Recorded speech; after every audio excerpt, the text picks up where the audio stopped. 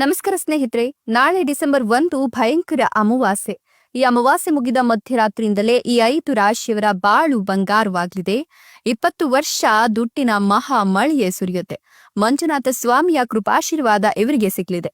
ಹಾಗಾದ್ರೆ ಅದೃಷ್ಟವಂತ ರಾಶಿಗಳು ಯಾವುವು, ಅವುಗಳಿಗೆ ಏನೆಲ್ಲ ಲಾಭ ಸಿಗುತ್ತೆ ನೋಡೋಣ.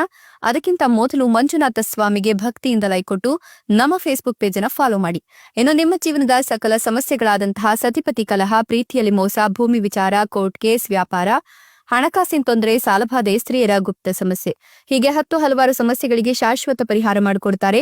ಡಿಸ್ಪ್ಲೇ ಮೇಲೆ ಕಾಣ್ತಕ್ಕಂಥ ಗುರೂಜಿ ನಂಬರ್ಗೆ ಒಮ್ಮೆ ಕರೆ ಮಾಡಿ. ಹೌದು, ಈ ಡಿಸೆಂಬರ್ 1ನೇ ತಾರೀಕು ಭಯಂಕರ ಅಮಾವಾಸ್ಯೆ ಮುಗಿದ ಮಧ್ಯರಾತ್ರಿಯಿಂದಲೇ 20 ವರ್ಷ ಈ 5 ರಾಶಿಯವರಿಗೆ ದುಡ್ಡಿನ ಮಹಾ ಮಳೆಯೇ ಸುರಿಯಲಿದ್ದು ಬಾಳು ಬಂಗಾರವಾಗುತ್ತಂತೆ. ಮಂಜುನಾಥ ಸ್ವಾಮಿಯ ಕೃಪಾಶೀರ್ವಾದ ಈ ರಾಶಿಯವರಿಗೆ ಸಿಗ್ತಾ ಇದೆ.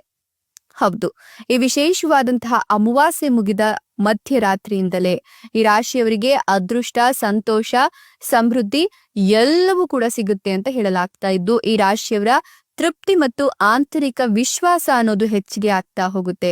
ಕುಟುಂಬ ವ್ಯವಹಾರದಲ್ಲಿ ಇವರು ಬೆಳವಣಿಗೆಯನ್ನ ಕಾಣ್ತಾರೆ, ಪ್ರಗತಿಯನ್ನ ಅನುಭವಿಸ್ತಾರೆ ಅಂತ ಹೇಳಲಾಗ್ತಾ ಇದೆ. ಈ ರಾಶಿಯವರಿಗೆ ಶುಭ ದಿನಗಳು ಇನ್ಮುಂದೆ ಶುರುವಾಗ್ತಾ ಇದ್ದು, ಕೆಲಸ ಮಾಡ್ತಕ್ಕಂತ ಈ ರಾಶಿಯ ವೃತ್ತಿ ಜೀವನದಲ್ಲಿರ್ತಕ್ಕಂಥ ಜನರಿಗೆ ಪ್ರಗತಿಗೆ ಸುವರ್ಣ ಅವಕಾಶಗಳು ಸಿಗುತ್ತೆ ಅಂತ ಹೇಳಲಾಗ್ತಾ ಇದ್ದು, ಲಾಭದ ಉತ್ತಮ ಅವಕಾಶಗಳು ಸೃಷ್ಟಿಯಾಗುತ್ತಂತೆ.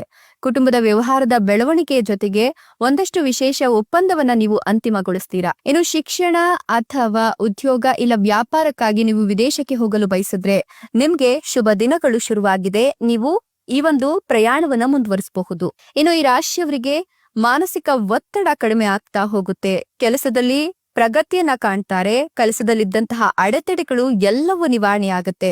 ಉತ್ತಮ ಆರೋಗ್ಯ ಸ್ಥಿತಿಯನ್ನ ಹೊಂದುತ್ತೀರಾ ಅಂತ ಹೇಳಲಾಗ್ತಾ ಇದ್ದು, ಕುಟುಂಬ ಸದಸ್ಯರ ಜೊತೆಗೆ ಶಾಪಿಂಗ್ ಮಾಡುವ ಅವಕಾಶ ಕೂಡ ಸಿಗುತ್ತೆ. ಯಾವುದೇ ಕಾನೂನು ವಿಷಯಗಳಲ್ಲಿ ನೀವು ಸಿಲುಕಿಕೊಂಡಿದ್ರೆ ನಿಮ್ಮ ಪರವಾಗಿ ತೀರ್ಪು ಬರುವ ಸಾಧ್ಯತೆ ಹೆಚ್ಚಿಗೆ ಇದೆ ಅಂತ ಹೇಳಲಾಗ್ತಿದೆ.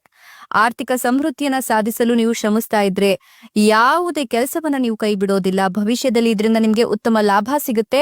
ಹೊಸ ವ್ಯಾಪಾರ ಪ್ರಾರಂಭ ಅಥವಾ ಭೂಮಿ, ಮನೆಗಾಗಿ ಸಾಲವನ್ನ ತೆಗೆದುಕೊಳ್ಳಲು ಬಯಸಿದ್ರೆ ನೀವು ಅದನ್ನ ಸುಲಭವಾಗಿ ಪಡೆದುಕೊಳ್ತೀರಾ ಅಂತ ಹೇಳಲಾಗ್ತಿದೆ.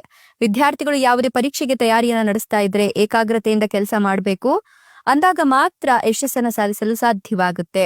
ಇನ್ನು ತೊಡಕುಗಳ ಹೊರತಾಗಿಯೂ ವ್ಯವಹಾರದಲ್ಲಿ ಲಾಭ ಗಳಿಸುವ ಅವಕಾಶಗಳು ಸಿಗ್ತಾ ಹೋಗುತ್ತೆ. ಪ್ರತಿ ಸ್ಪರ್ಧಿಗಳಿಗೆ ನೀವು ಕಠಿಣ ಸ್ಪರ್ಧೆಯನ್ನ ನೀಡ್ತೀರಾ ಅಂತ ಹೇಳಲಾಗ್ತಿದೆ. ಇನ್ನು ಈ ರಾಶಿಯವರು ಆಶಾವಾದಿಗಳಾಗಿ ಕಾಣುವುದರಿಂದ ಯಾವುದೇ ರೀತಿಯ ಅಡೆತಡೆಗಳು ಬಂದ್ರೂ ಕೂಡ ಅದನ್ನ ನಿವಾರಣೆ ಮಾಡಿಕೊಂಡು ಮುಂದೆ ಸಾಗ್ತೀರಾ ಅಂತ ಹೇಳಲಾಗ್ತಿದೆ.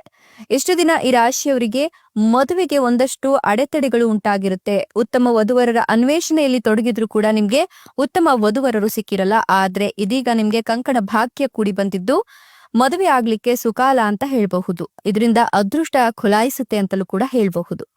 ಇನ್ನು ಇಷ್ಟೆಲ್ಲ ಲಾಭ ಮತ್ತು ಅದೃಷ್ಟವನ್ನ ಈ ಒಂದು ಅಮಾವಾಸ್ಯೆ ಮುಗಿದ ನಂತರದ ದಿನಗಳಲ್ಲಿ ಪಡೆದಿರತಕ್ಕಂಥ ಅದೃಷ್ಟವಂತ 5 ರಾಶಿಗಳು ಯಾವುವು ಅಂದ್ರೆ ತುಲಾ ರಾಶಿ, ಕಟಕ ರಾಶಿ, ಮೇಷ ರಾಶಿ, ಸಿಂಹ ರಾಶಿ, ಕನ್ಯಾ ರಾಶಿ. ಇವುಗಳಲ್ಲಿ ನಿಮ್ಮ ರಾಶಿ ಇದ್ದರೂ ಇಲ್ಲದಿದ್ದರೂ ಭಕ್ತಿಯಿಂದ ಓಂ ನಮೋ ಮಂಜುನಾಥಾಯ ಅಂತ ಕಮೆಂಟ್ ಮಾಡಿ. ಧನ್ಯವಾದಗಳು.